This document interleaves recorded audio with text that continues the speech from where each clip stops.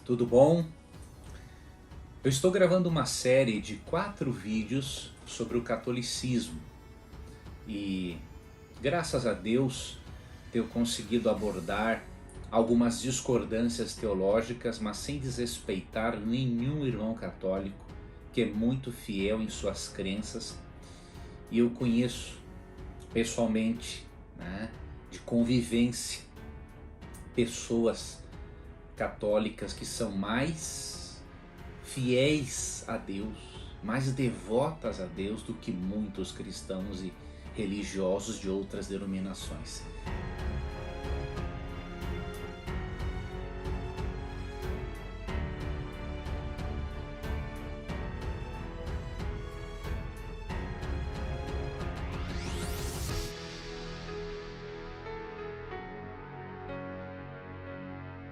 Então eu quero que você tenha em mente que essa série de 4 vídeos não é para atacar você e nem a sua fé, mas é sim para demonstrar que alguns conceitos, que você abraça, obviamente, vêm da tradição da igreja e não da Bíblia. Mas eu espero que você continue acompanhando esta série. No vídeo anterior, nós já estudamos algo a respeito, e hoje eu quero falar para você sobre um resumo da história por trás da aceitação das imagens para a veneração ou adoração. Então eu vou apresentar para você um pouco dessa história, vou apresentar os argumentos, alguns dos argumentos desenvolvidos por teólogos católicos, e você vai perceber que o teólogo católico tem teologia.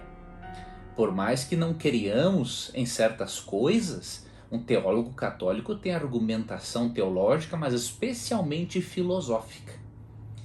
Então eu quero mostrar para você isso, para que você aprenda quais são esses argumentos com base nesse estudo histórico, que é bem sucinto, e ao mesmo tempo você saiba como respondê-los. Depois desse vídeo, o próximo vídeo será 13 razões para não venerarmos os santos representados por ícones ou imagens. Será um estudo bíblico muito interessante e um pouco extenso, porque veremos vários textos bíblicos. E o último vídeo desta série, que serão 4 vídeos, aparições de Maria e outros santos. Por que isso acontece? O que a Bíblia tem a nos dizer sobre isso? Então, esses serão os temas dos próximos vídeos, e hoje veremos um pouco da história por trás da veneração ou adoração de imagens e ícones religiosos. Antes de expor o assunto, eu queria fazer um pedido para você.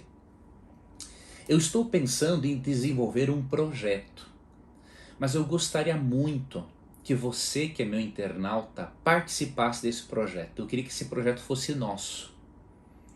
Então você sabe que eu já tenho alguns materiais, tenho muitos vídeos, e eu gostaria de saber de você o que mais você gostaria que eu ensinasse a você. Que tipo de assunto ou de tema você gostaria que eu me aprofundasse bastante e lhe oferecesse um material de extrema qualidade? Você me ajuda nisso?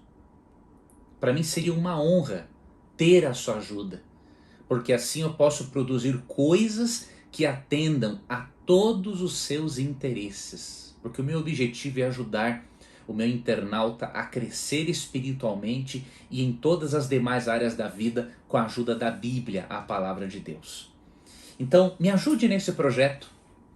Eu quero que esse projeto seja meu e seu. Então escreva nos comentários, diga para mim o que você gostaria que eu explicasse, que eu desenvolvesse de forma mais profunda, e eu vou ficar muito feliz, muito contente com a sua opinião, que vai ser de extremo valor para mim, tá bom? E eu estarei respondendo esses comentários, agradecendo e fazendo uma seleção deles para ver de que forma realmente eu posso desenvolver algo aprofundado para ajudar a cada um de vocês, tá bom?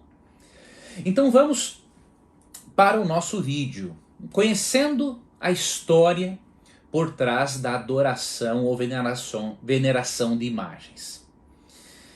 Citando um erudito, na sua obra A Tradição Cristã, uma história do desenvolvimento da doutrina, volume 2, Jaroslav Pelikan, nesta obra, ele nos mostra que nenhuma declaração literária, né, anterior ao ano 300 depois de Cristo faria alguém suspeitar da existência de quaisquer imagens cristãs, além de símbolos mais lacônicos e enigmáticos. Então, se antes do ano 300 não havia evidência do uso de qualquer imagem, né, na igreja cristã, nós precisamos conhecer um pouco da história de como a veneração a ícones passou a fazer parte do culto cristão, já que antes do ano 300 não vemos nenhum registro, né, conclusivo a respeito disso. Tá? E para começar aqui lhe dar algumas informações, durante os séculos 8 e 9, os teólogos, os membros da igreja oriental, monges, simples cristãos, imperadores, imperatrizes, todos estavam envolvidos em uma disputa a respeito da conveniência ou não é, do uso de imagens na adoração e devoção. Então, nesses períodos entre os séculos 5 e 9, os debates são mais acirrados.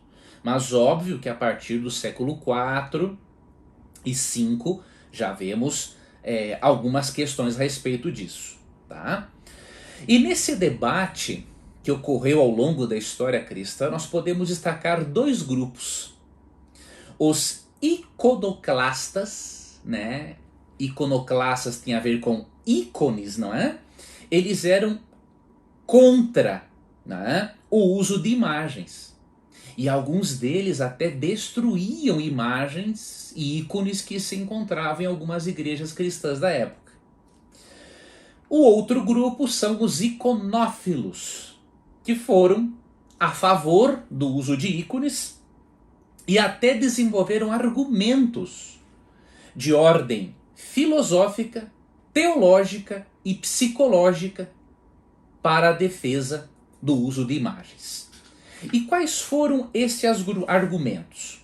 Antes, eu quero destacar para você que esses argumentos a favor do uso de imagens e ícones, né, desenvolvidos pelos iconófilos, esses argumentos foram desenvolvidos especialmente por João de Damasco, Teodoro de Estudita e Nicéforo.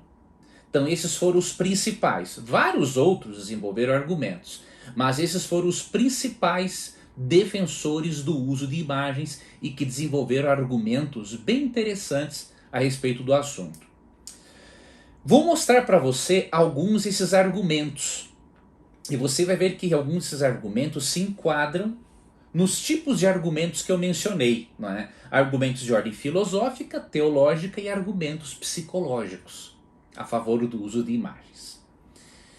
Bom, Nicéforo, né, escreveu o seguinte: a defesa cristã original das artes visuais fundamenta-se na utilidade delas como ferramenta educacional. A imagem era um meio de instrução ou edificação, em especial para o iletrado. Veja, é um argumento lógico. Porém, nem tudo o que é lógico é verdadeiro e nem tudo o que é verdadeiro é lógico. Ao longo desse vídeo e no vídeo seguinte você vai entender por que esse argumento não é válido, mesmo que seja lógico e seja bem intencionado, né? Depois João de Damasco reescreveu o seguinte: as imagens eram livros para os analfabetos. Mas será que a Bíblia prefere que um analfabeto entenda sobre Deus por meio de imagens, ou a Bíblia prefere que ele aprenda a ler e examine as escrituras por si mesmo? Essa resposta está em Atos 17:11. E eu vou ler esse texto depois para você. Já um outro iconófilo, não é? Defensor do uso de imagens, na época, ele disse o seguinte, e aqui eu extraí isso da obra do Dr. Jaroslav Pelikan, tá? A editora que publicou essa obra é a Shed Publicações. Ele disse o seguinte: o homem criado de acordo com a imagem de Deus é a imagem de Deus, em especial porque ele é escolhido pelo Espírito Santo como sua habitação. Então, é adequado que eu honre e adore a imagem dos servos de Deus, a habitação do Espírito Santo. Olha que argumento interessante, né? Já que o ser humano é a imagem e semelhança de Deus e o Espírito Santo habita no ser humano, é adequado honrarmos e adorarmos a imagem de servos de Deus que são a habitação do Espírito Santo. Então você perceba, existem argumentos lógicos e de ordem filosófica. Então você não pode dizer, por exemplo, assim, os católicos não sabem nada de Bíblia. Obviamente, poucos membros da Igreja Católica sabem algo de Bíblia porque eles não são, por tradição, ensinados a estudarem a Bíblia, né? Eles confiam naquilo que a Igreja diz a respeito. Mas quando você vai para conversar com um teólogo católico, a coisa já muda de figura, né? Ele tem conhecimento de história eclesiástica, algo de teologia e principalmente de filosofia, tá?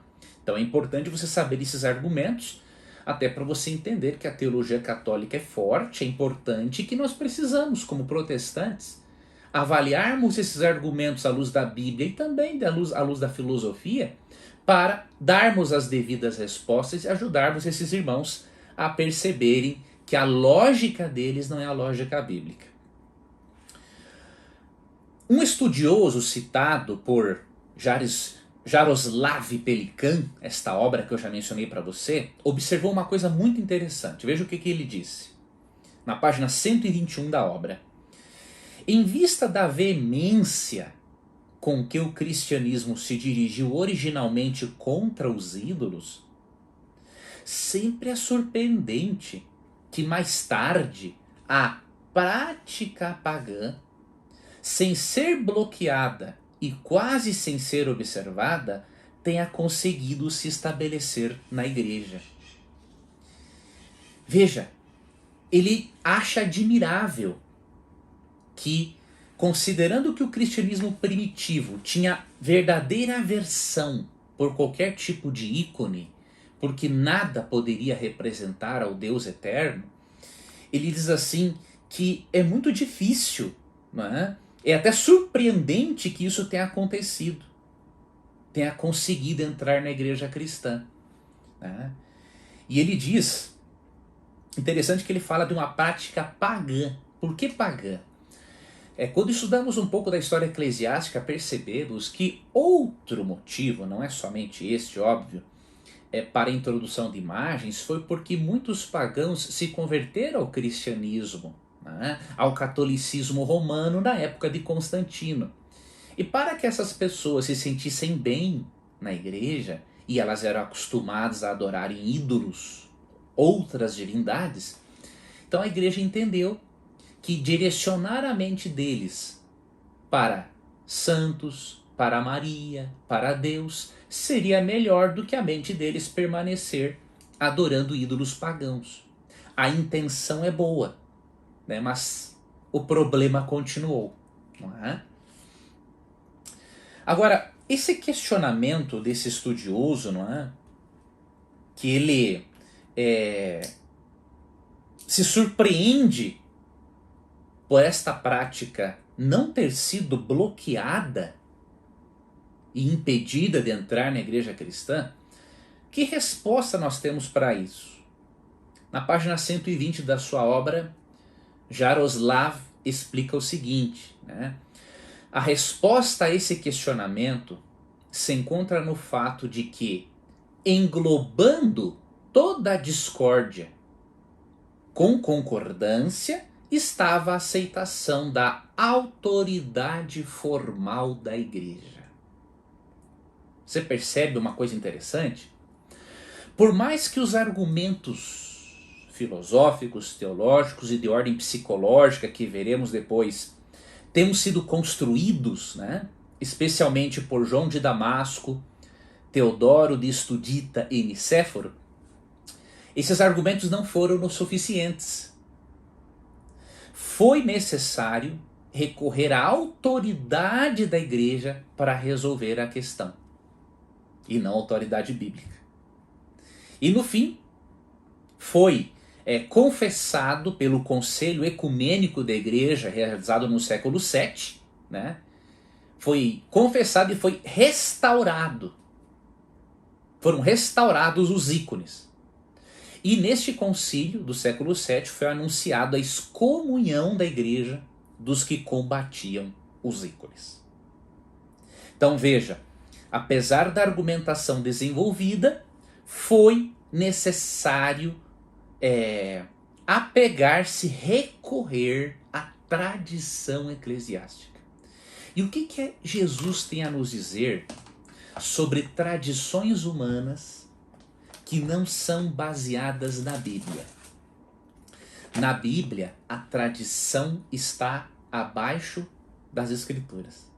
As Escrituras moldam a tradição e não a tradição molda as Escrituras. Então você vai ver isso em Mateus capítulo 15, versos 3 e 9, palavras do próprio Jesus Cristo. Tá? Então aqui falando contra umas tradições farisaicas, né? Jesus disse o seguinte, Mateus capítulo 15, verso 3. Ele, porém, lhes respondeu: por que transgredis vós também o mandamento de Deus por causa da vossa tradição? Eles estavam aqui transgredindo o mandamento honra teu pai e tua mãe, porque eles criaram uma tradição, né, em que se a pessoa pronunciasse uma palavra chamada corbã, ela estava desobrigada de ajudar os pais e os bens iriam para os líderes religiosos. Então Cristo aqui diz assim, ó, por que transgredis vós o mandamento de Deus por causa da vossa tradição? O que Cristo faz aqui? Ele coloca o mandamento de Deus, a palavra de Deus, acima da tradição.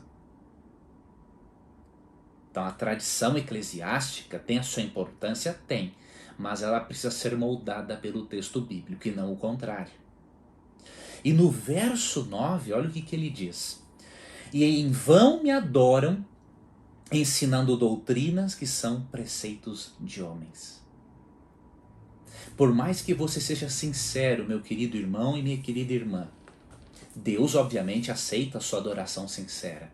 Mas a partir do momento em que você tem um conhecimento bíblico e da verdade bíblica, e você continua adorando a Deus de uma forma que Ele não quer ser adorado, né, por meio de ícones e imagens, o verso 9 diz que a partir do momento em que você tiver esse conhecimento, a sua adoração será em vão, porque ela será baseada em ensinamentos humanos e não nos ensinamentos de Deus. Tá? Agora eu quero ver com você, com mais detalhes, alguns dos principais argumentos construídos ao longo da história para defender o uso de imagens no culto.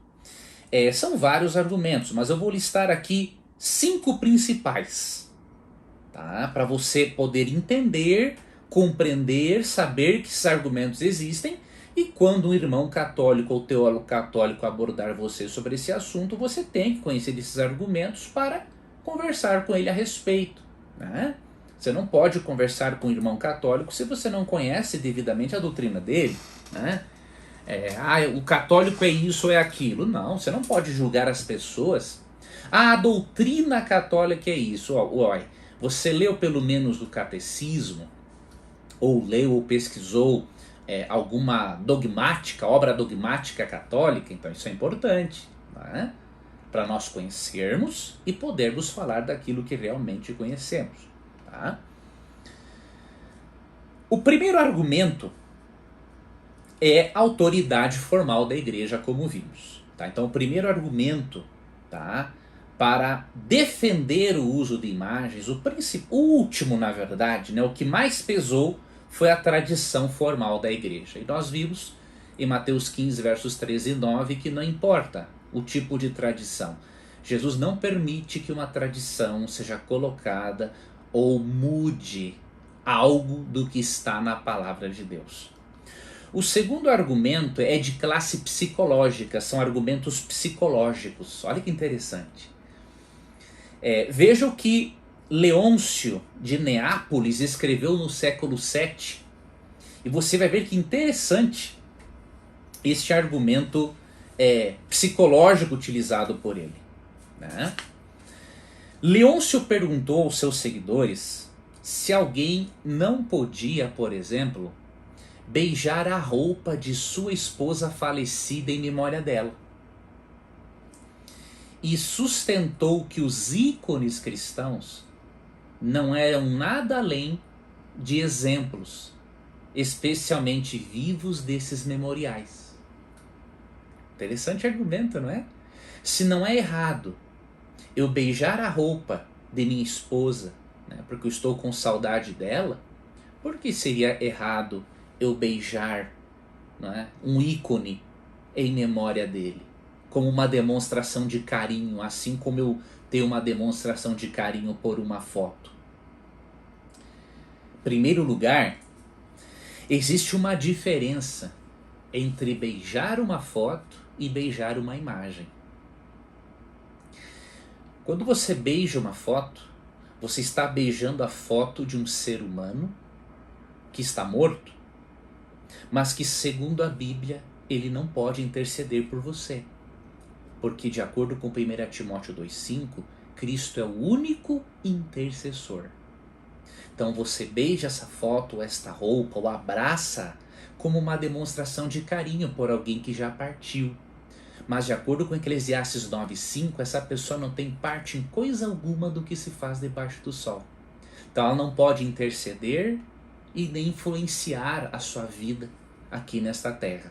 Outra coisa é você beijar uma imagem.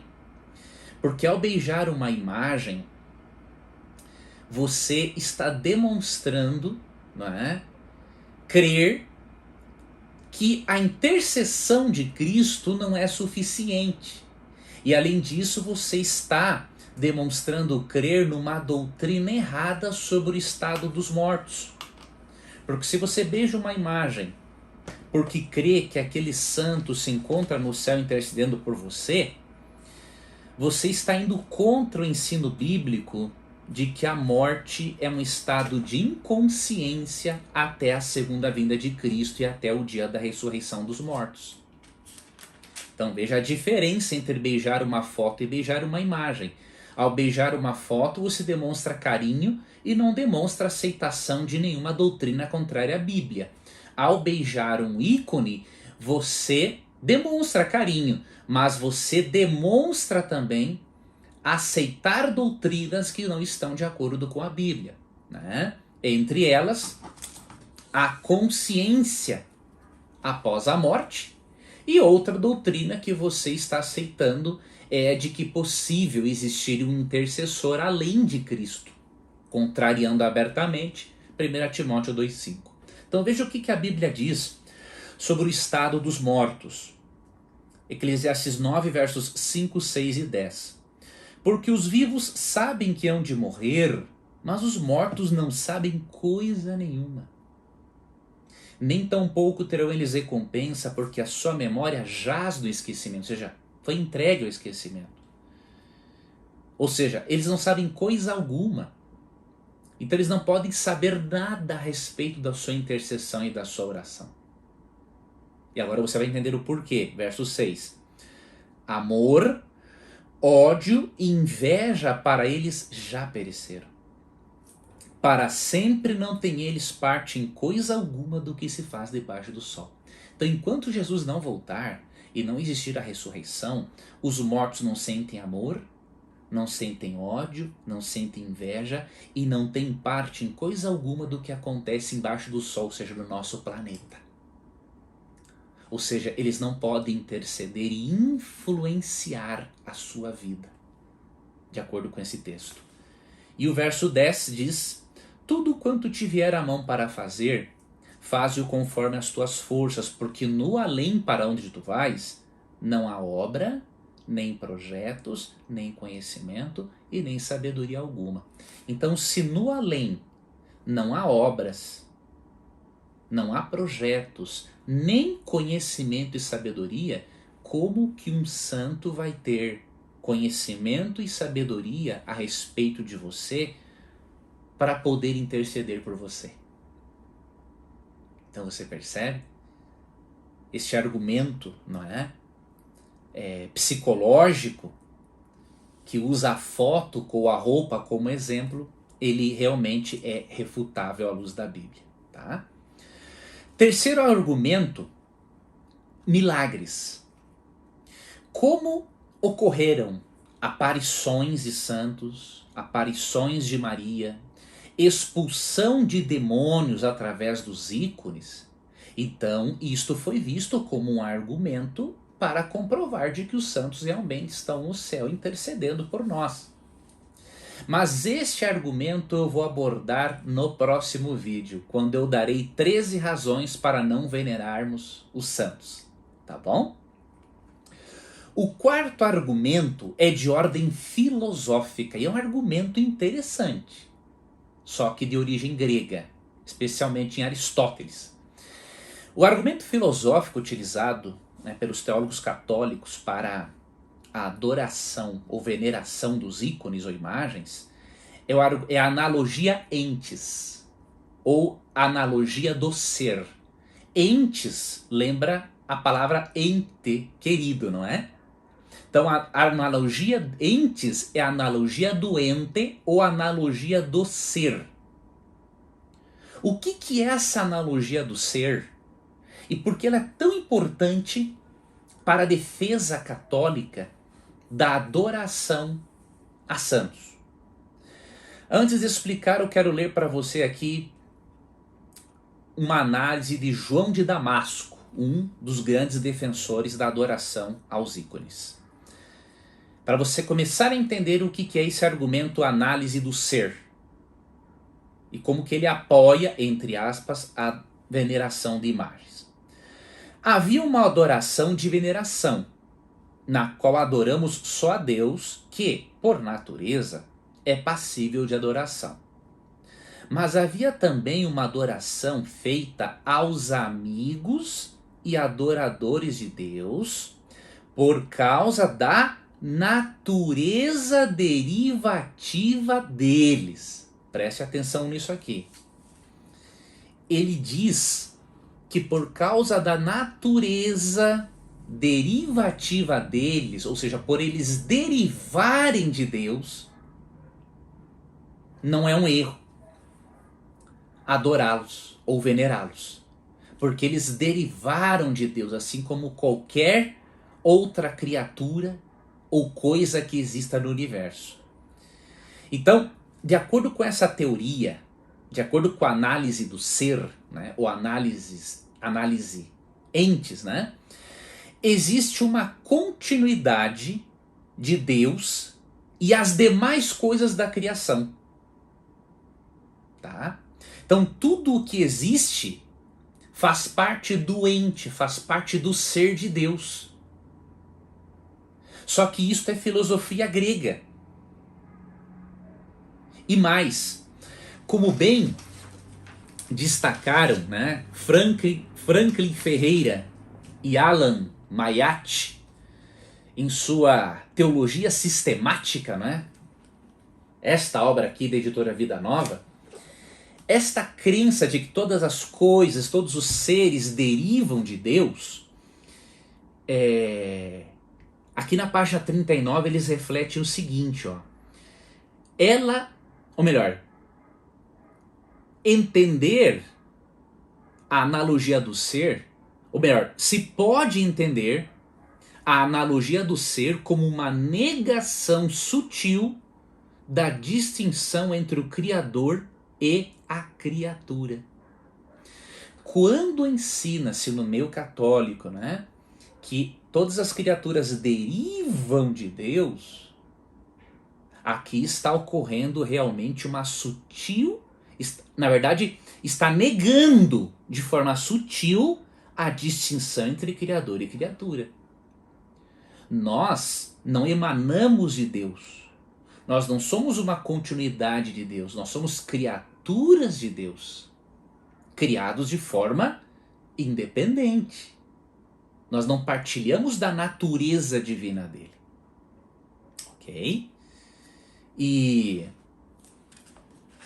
eu quero ler aqui para você rapidamente alguns textos que mostram que esta análise do ser, ou seja, todas as coisas e pessoas derivam de Deus, então já que elas têm uma natureza divina derivativa, que deriva de Deus, então nós podemos adorar ou venerar estes amigos de Deus.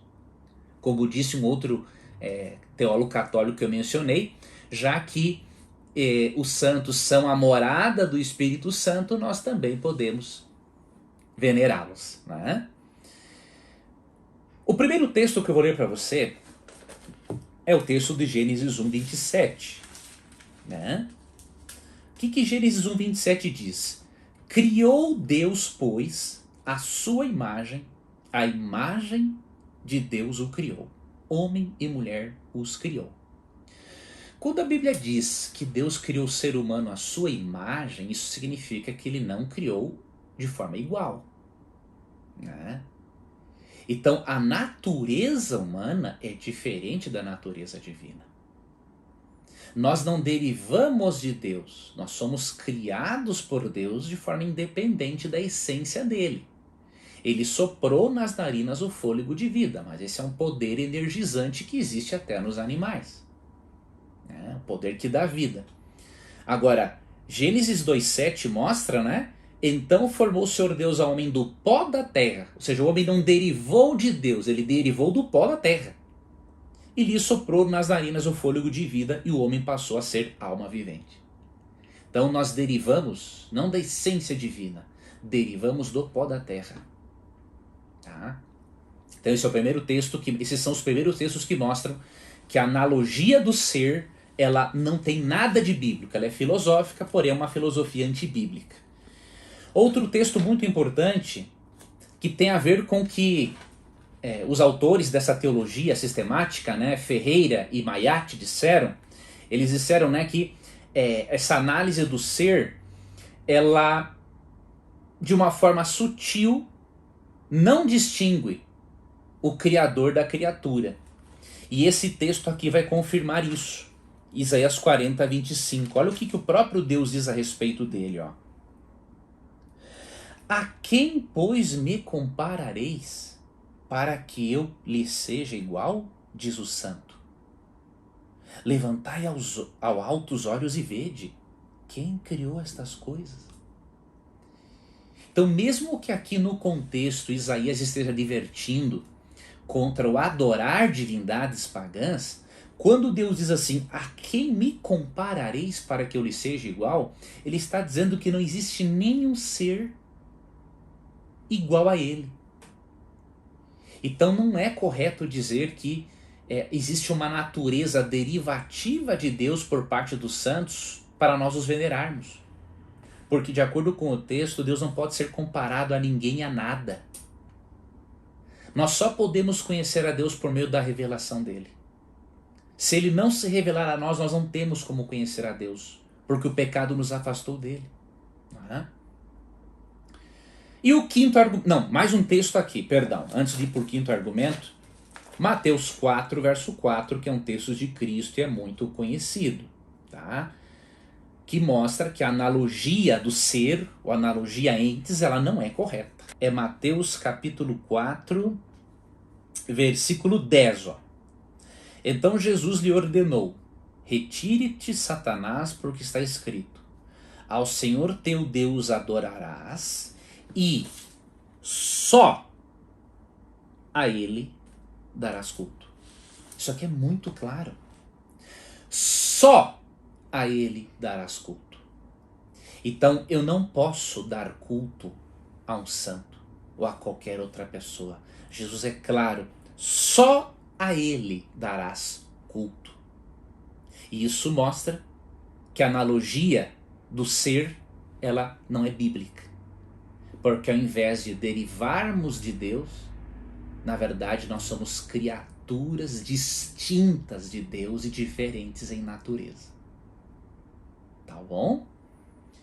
E o último texto, Salmo 103. Pois ele conhece a nossa estrutura e sabe que somos pó. Se nós tivéssemos uma derivação de Deus, então Deus também seria pó. O que é uma aberração, uma heresia. Me sinto até mal em falar isso. Tá? Então veja, existe uma distinção bem clara entre o Criador e a criatura. Então esse argumento, análise entes, não é bíblico. E o quinto argumento, e vamos para o final, argumento cristológico. O que é o argumento cristológico em favor da adoração das imagens? Neste aspecto eu vou ser bem sucinto, porque ele é um argumento muito amplo e muito bem desenvolvido, mas em resumo é o seguinte: quando Cristo não era encarnado, não era correto fazer uma imagem que representasse a ele, afinal ele é o Logos divino, ele é o agente ativo da criação. Mas depois da encarnação de Cristo, como ele se tornou divino humano, isso significa que agora é possível sim fazer uma imagem que represente ao divino humano Jesus Cristo. Antes seria uma aberração tentar representar o Logos divino, agente ativo da criação, uma imagem. Mas agora em que ele se tornou, em que ele encarnou, como diz João 14, então não há problema em fazer isso. É um argumento interessante, porém, mais uma vez, não é bíblico. O que Cristo e os apóstolos fizeram? Outra pergunta, eles entenderam esse tipo de argumento como válido? Ou seja, já que Cristo encarnou, então é possível venerarmos uma imagem que representa ele? Vou ler dois textos para você, que obviamente não falam do assunto da idolatria, mas os princípios nos mostram que esse argumento cristológico a favor da adoração ou veneração de imagens, ele também não é bíblico. Primeiro texto, Mateus 26, 29. Olha o que diz aqui, ó. E digo-vos que desta hora em diante não beberei deste fruto da videira até aquele dia em que eu hei de beber de novo convosco no reino do meu Pai. O que Cristo está dizendo aqui? Que quando ele buscar os seus seguidores, ele vai beber do fruto da vide juntamente com eles. Então, o que isso significa? Em que em nenhum momento Cristo ensinou aos seus seguidores que agora eles deveriam homenageá-lo por meio de uma imagem. Ele disse que o próximo encontro deles, após a sua ascensão, onde eles iriam homenagear a Jesus e participar de uma ceia com ele, seria quando estivessem no reino dos céus. Então aqui na ceia, Jesus nem cogitou a possibilidade de venerar uma imagem ou adorar uma imagem de Jesus Cristo. Só que os apóstolos também não cogitaram isso. E deste modo eu vou ler para você Colossenses capítulo 3, verso 16. Habite ricamente em vós a palavra de Cristo. Instruí-vos e aconselhai-vos mutuamente em toda a sabedoria, louvando a Deus. Agora como? Vamos ver se aqui há o ensino de louvarmos a Deus ou a Jesus Cristo ou a qualquer santo, venerarmos através de imagens e esculturas. Vamos deixar que a Bíblia fale. Louvando a Deus com salmos e hinos e cânticos espirituais, com gratidão em vosso coração. Então, nem Jesus e nem os apóstolos sequer cogitaram a possibilidade de uma adoração ou veneração a ícones. Tá? Isso nos leva à conclusão de que os debates ocorridos no período pós-apostólico, né, especialmente nos séculos 8 e 9, eram o resultado, infelizmente, de uma igreja que aos poucos estava entrando num processo de apostasia e de abandono das verdades puras da Bíblia. Esta é a conclusão a qual chegamos. Queiramos ou não, esta é a verdade, essa é a história. Isso é o que nos mostra esses textos bíblicos. E para finalizar, eu quero incentivar a você, seja evangélico, seja católico, seja espírita, a jamais acreditar cegamente em qualquer líder religioso ou em qualquer tradição eclesiástica, seja ela católica ou protestante. Por quê? Porque Paulo não elogiou pessoas que colocavam a tradição acima da Bíblia. Ele elogiou pessoas que estudavam só a Bíblia. Atos 17:11, Paulo disse o seguinte: ora, esses de Bereia eram mais nobres que os de Tessalônica, pois receberam a palavra, não receberam a tradição, receberam a palavra com toda a avidez, examinando as Escrituras, não examinando as Escrituras e a tradição eclesiástica, examinando as Escrituras todos os dias para ver se as coisas eram de fato assim. Então os cristãos primitivos examinavam a Bíblia. Existia a tradição apostólica? Existia, mas ela era baseada na Bíblia e estava subordinada à palavra de Deus. Se você quer receber esse elogio de Deus, tire a tradição deste patamar e coloque-a neste outro patamar. Coloque a Bíblia como a intérprete da tradição e você vai perceber o quanto o Espírito Santo vai abençoar o seu estudo da palavra. Terminamos esse vídeo e no próximo nós veremos 13 razões bíblicas para não venerarmos os santos representados por ícones ou imagens. Espero que você participe deste próximo estudo. Que Deus lhe abençoe e até logo mais.